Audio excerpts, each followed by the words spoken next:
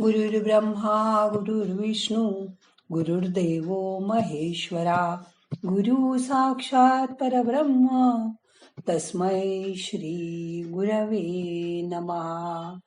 आज रविवार.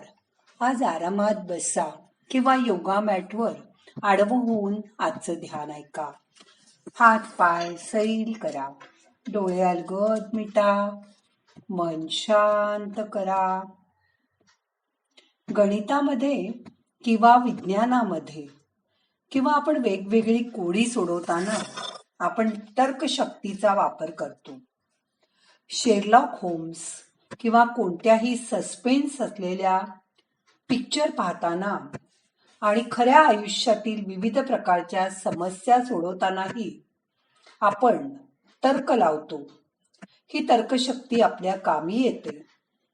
आपल्या मेंदूला मिळालेली तर्क लावण्याची ही क्षमता ही आपल्या विज्ञान आणि तंत्रज्ञानासाठी कारणीभूत आहे. हा तर्क आपण उपलब्ध असलेल्या माहितीच्या आधाराने लावतो. पण नेमकी माहीत नसलेली गोष्ट किंवा उत्तर शोधण्याचं जेव्हा आपण काम करतो तेव्हा दिवसागणिक आपल्याला हा तर्क प्रचंड कामी येतो. पण ठोस माहिती किंवा पुराव्याऐवजी मनातल्या भावनांवर हा तर्क आपण आधारतो. त्यातून निर्माण होणाऱ्या काही वैचारिक त्रुटी असतात. याला मानसशास्त्रात थिंकिंग एरर असं म्हणतात. यात भावनिक तर्क पण येतात. या त्रुटीमध्ये आपण सर्वच कधी ना कधी छोट्या मोठ्या प्रमाणात अडकतो. आपल्याला जाणवणाऱ्या भावना जेव्हा आपण घडलेल्या घटनेचा किंवा कुठल्या तरी निष्कर्षाला ठोस पुरावा समजतो तेव्हा तो भावनिक तर्क असतो. उदाहरणार्थ, एखाद्या जुन्या चित्रपटात गेल्यावर मला तिथे भीती वाटते, म्हणजे नक्कीच इथे काहीतरी गडबड असेल या थिएटरमध्ये असं आपण म्हणतो. असं म्हणणारं आणखीन कोणी भेटलं की काही लोक असंही सांगतात, मला ना इंटरव्ह्यू द्यायला जायला भीती वाटते, म्हणजे मी नापासच होईल असं मला वाटतं. ते स्वतःच्या तर्काने असं ठरवतात. काही दिवसापूर्वी आमच्या शेजारच्या काकू बोलत होत्या. त्या बोलता बोलता म्हणल्या, मला फार गिल्टी वाटतं ग, मी नाही म्हणायला फिरायला गेले नाही म्हणजे माझं काहीतरी चुकलं असणार. त्या त्यांच्या बहिणीच्या व त्यांच्यातील एका झालेल्या घटनेमुळे हिरमुसल्या झाल्या होत्या.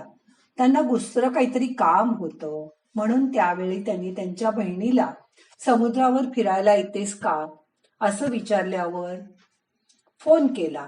यांचं काम आधीच ठरलं असल्याने त्यांना नाही म्हणायचं पण जीवावर आलं, पण त्यांनी म्हटलं. नंतर मात्र त्यांना अपराधी वाटायला लागलं. त्यांच्या बहिणीचा बराच वेळ काही फोन आला नाही. यांनी तर फोनही उचलला नव्हता. मग त्या उदास होऊन थोड्या वेळ गप्प बसून राहिल्या. मग मला म्हणाल्या, मला फार चुकल्यासारखं वाटतंय ग, मला अगदी जीवावर आलं होतं तिला नाही म्हणायचं, पण यांनी वेळ देऊन ठेवली होती ना, त्या सीएकडे जावंच लागणार होतं. मी केव्हाची त्या माझ्या बहिणीला फोन लावते पण ती उचलतच नाही ग, ती माझ्यावर चिडली असणार. काही चुकलं का ग माझं? मी परत 2-3दा फोन केला. त्यांच्या लाडक्या बहिणीला नाही म्हटल्यामुळे त्यांच्या मनात एक गिल्टची भावना आली होती आणि आपलं चुकलं असा तर्क त्यांनी मनात लावला होता. काही मिनिटांनी त्यांच्या बहिणीचा फोन आला. तिने विचारलं, अगं ताई, एवढे फोन का करत होतीस? तुला काही अडचण आलीये का असं तिने काळजीने विचारलं. माझा फोन होता पर्समध्ये. आम्ही समुद्रात पाण्यात खेळत होतो ना, त्यामुळे किती वाजले कळलंच नाही आणि फोनचा आवाज पण नाही ऐकू आला.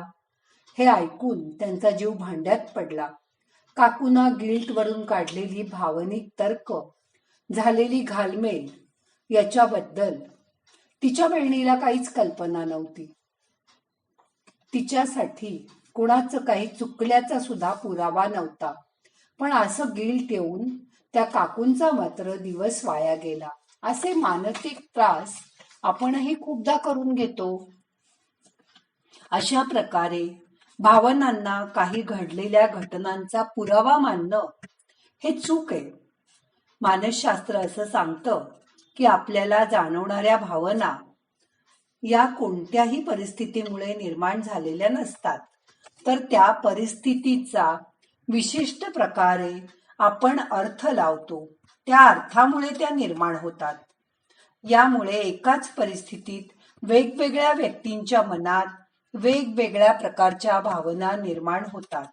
जसं की वरील काकूंच्या उदाहरणात फोन न उचलणं, मनात गिल्ट वाटणं, या परिस्थितीवरून असा अर्थ लावला गेला की बहीण आपल्यावर चिडली असेल, आपण गेलो नाही म्हणून मला वाईट वाटतंय, अपराधीपणाची भावना आलीये, आता आपल्यात भांडण होईल की काय, अशी चिंता ही भावना निर्माण झालीये.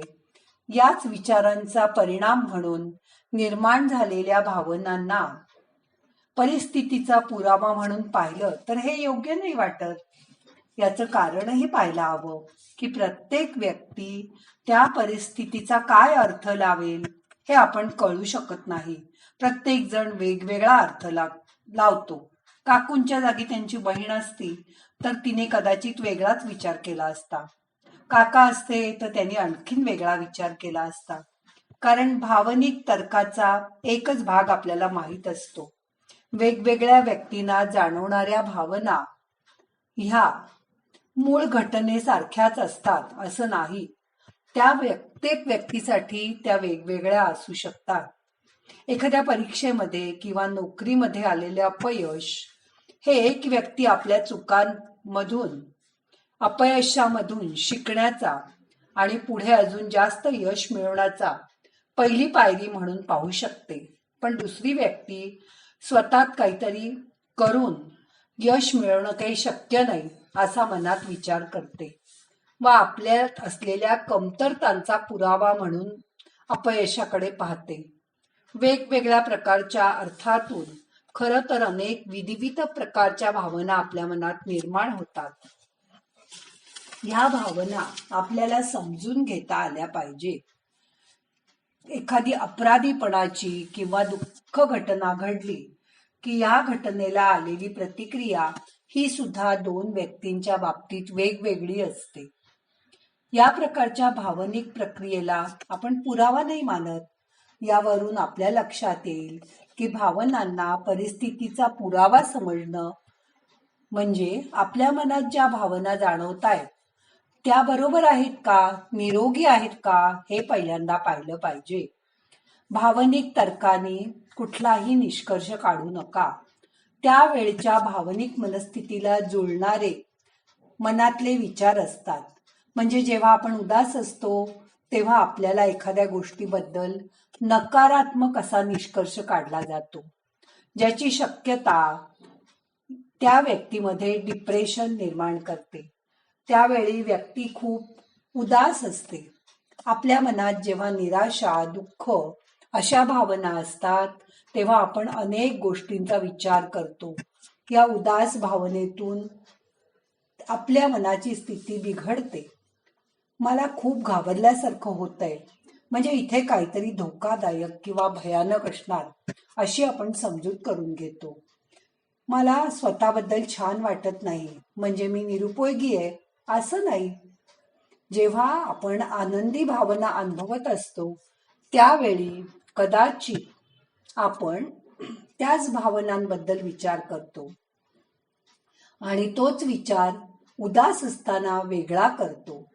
म्हणून भावनेच्या तर्कावर स्वतःचे विचार ठरवू नका, तर उलट ह्या चक्रातून बाहेर पडा, मन शांत करा आणि मगच कुठलाही विचार प्रबळपणे जाणवतोय याचं तुम्ही निरीक्षण करू शकाल आणि स्वतःचे विचारही यामुळे तुम्हाला बदलता येतील. स्वतःचं नैराश्य झटकून टाकता येईल. त्यातून उदास भावना मनातून काढून टाकता येईल. बघा करून, जमेल तुम्हाला. आता मन शांत झालंय. 2 मिनिटं शांत बसा.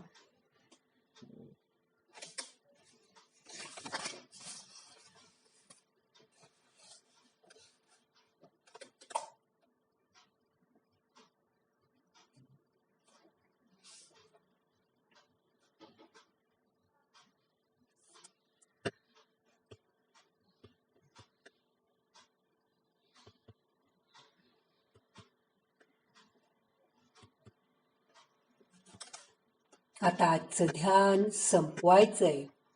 प्रार्थना म्हणूया. नाहम करता हरि करता हरि करता हि केवलम. ओम शांती शांती शांती.